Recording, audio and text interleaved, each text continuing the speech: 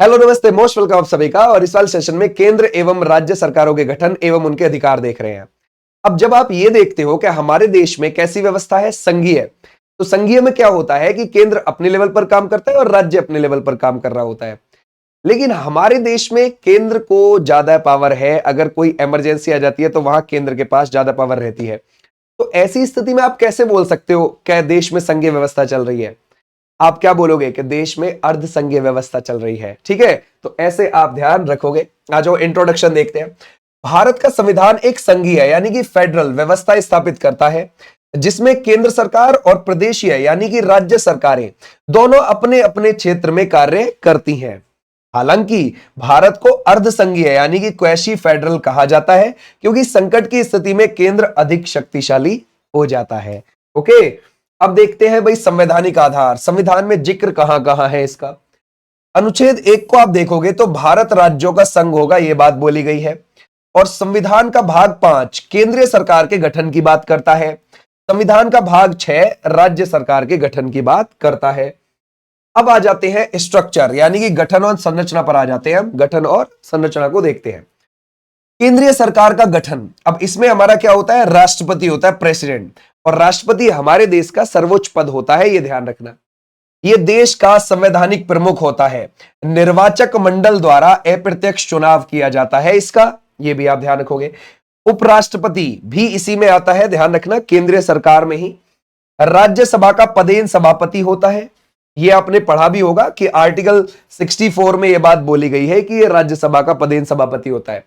और आर्टिकल 89(1) में यह भी बोला गया है कि पदेन सभापति तो होगा लेकिन उसका सदस्य नहीं होगा राज्यसभा का, यह भी ध्यान रखना है।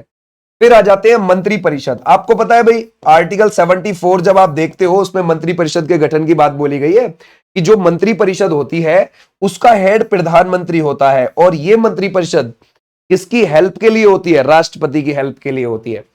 इसमें प्रधानमंत्री प्लस अन्य मंत्री होते हैं। वास्तविक कार्यपालिका शक्ति इन्हीं के हाथों में होती है। और अगर आप देखोगे संसद हमारी लोकसभा, राज्यसभा और राष्ट्रपति से मिलकर बनी होती है। और संसद आपको पता ही है कि भाई 79 आर्टिकल में आपको देखने को मिल जाती है। ओके, अब प्रादेशीय राज्य सरकार का गठन देखते हैं। प्रादेशीय राज्य सरकार में आपको वहां पर प्रमुख कौन मिलेगा राज्य के अंदर?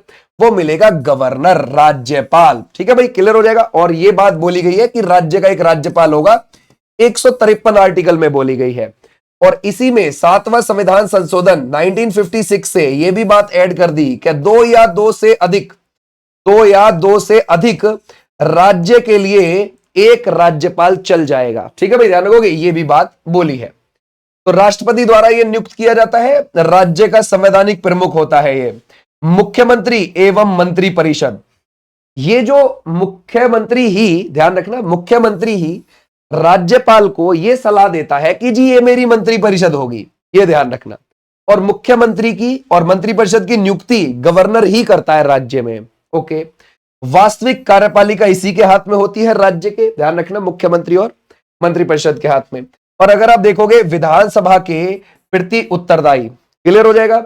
और अगर आप देखोगे राज्य विधानमंडल, जो राज्य का विधानमंडल है ये आपको आर्टिकल 168 में दिखाई देगा। ठीक है भाई।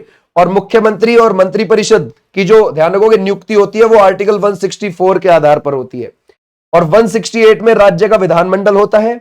और आपको विधानसभा 170 में मिलेगी। और राज्यों में विधान परिषद भी होती है। 6 राज्यों में है अभी विधान परिषद, वो 169 में आएगी। तो 168 में विधानमंडल राज्य का, उसमें कौन कौन होते हैं विधानमंडल में? एक होती है विधानसभा, ध्यान रखोगे, एक होती है विधानसभा, एक होती है विधान परिषद। ठीक है भाई। और एक होता है गवर्नर, इसमें ही आते हैं, ध्यान रखना, राज्य के विधानमंडल में। जैसे वहां केंद्र में जो संसद होती है उसमें लोकसभा, राज्यसभा, प्रेसिडेंट आते हैं, ऐसे ही यहां पर राज्य के विधानमंडल में ये 3 आते हैं। लेकिन विधान परिषद जरूरी नहीं है सभी राज्यों में हो, केवल 6 ही राज्यों में है। विधानसभा सभी राज्यों में है, ऊपर से 3 केंद्र शासित प्रदेश में, पुदुचेरी, दिल्ली और जम्मू कश्मीर। ठीक है भाई, ऐसे भी आप ध्यान रखोगे। अब आते हैं भाई पावर्स, अधिकार, शक्तियां। अगर हम देखिए केंद्रीय सरकार के अधिकार, विधायी अधिकार। ठीक है भाई, जैसे अगर आप देखोगे विधायी अधिकार, भाई आपको पता है जो कानूनी अधिकार होते हैं, जो कानून बनाने की शक्ति है केंद्र में, वो उसके हाथ में है। अब आती है संघीय सूची।